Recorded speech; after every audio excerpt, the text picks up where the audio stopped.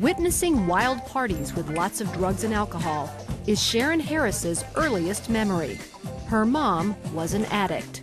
Every weekend, there would be lots of drug use, there would be lots of drinking, which would always ultimately end in violence. I was terrified. I never knew as a child, what the next day held. Sharon relied on her sister Sonia to ease the fear. As I laid in the dark in my bed, there was a sense of security, if I just held on to my sister, that I would be all right. Along with fear came confusion. Sharon simply couldn't understand why her mother didn't love her.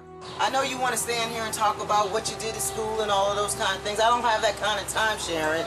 My mother never kissed me. My mother never hugged me. I would, do anything that would appear to make her happy just so that I could get the love and affection and acceptance from her. But it never happened.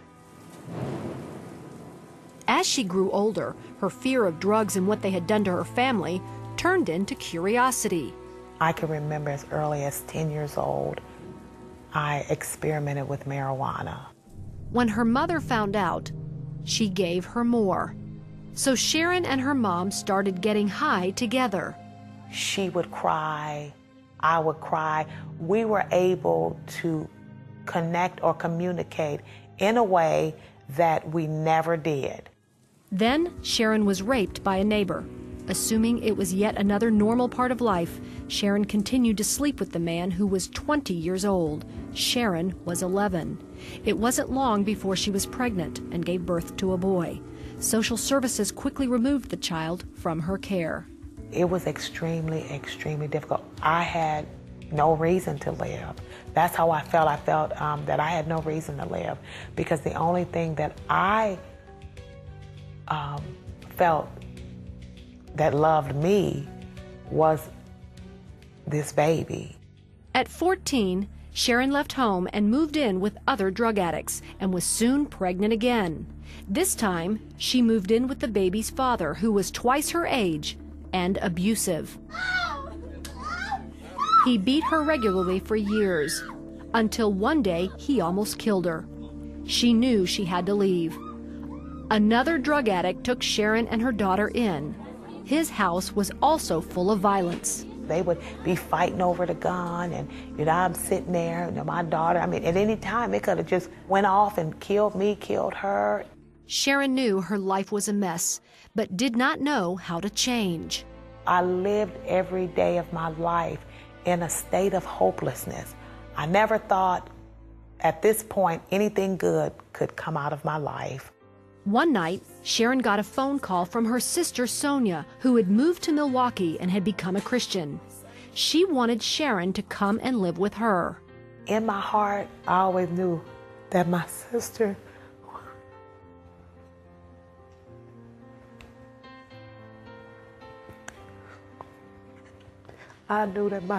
loved me. I knew that. Sonia explained to Sharon that Jesus Christ could change her life.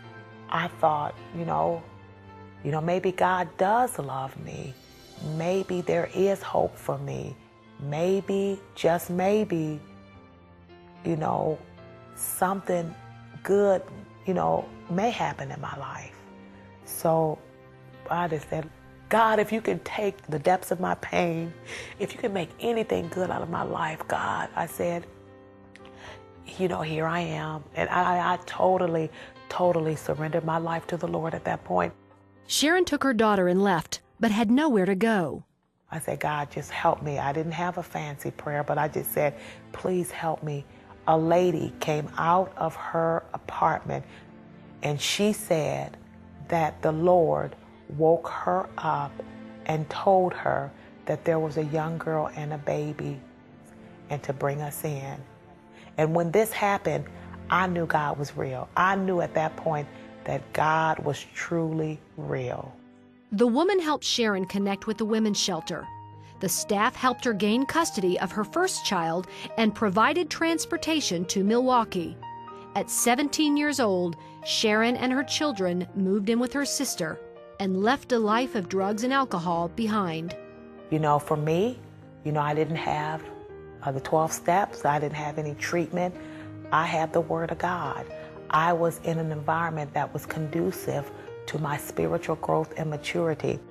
Sharon met and married a Christian man named Harry who raised her children as his own. She got her GED and went on to get a college degree. Sharon and Harry had more children and now have grandchildren. And the son she had when she was 12 is now a missionary. Sharon wrote a book, Exposing the Pain. Today, she travels around the nation telling her dramatic story and sharing how God can save, even in the midst of despair. He rescued me. He saw in me what I could become. He loved me too much to leave me in the hopeless state that I was in. And He has caused something beautiful to come out of my life. And the pain of my past no longer dictates my future, because I realize, because of Jesus Christ, I have a future.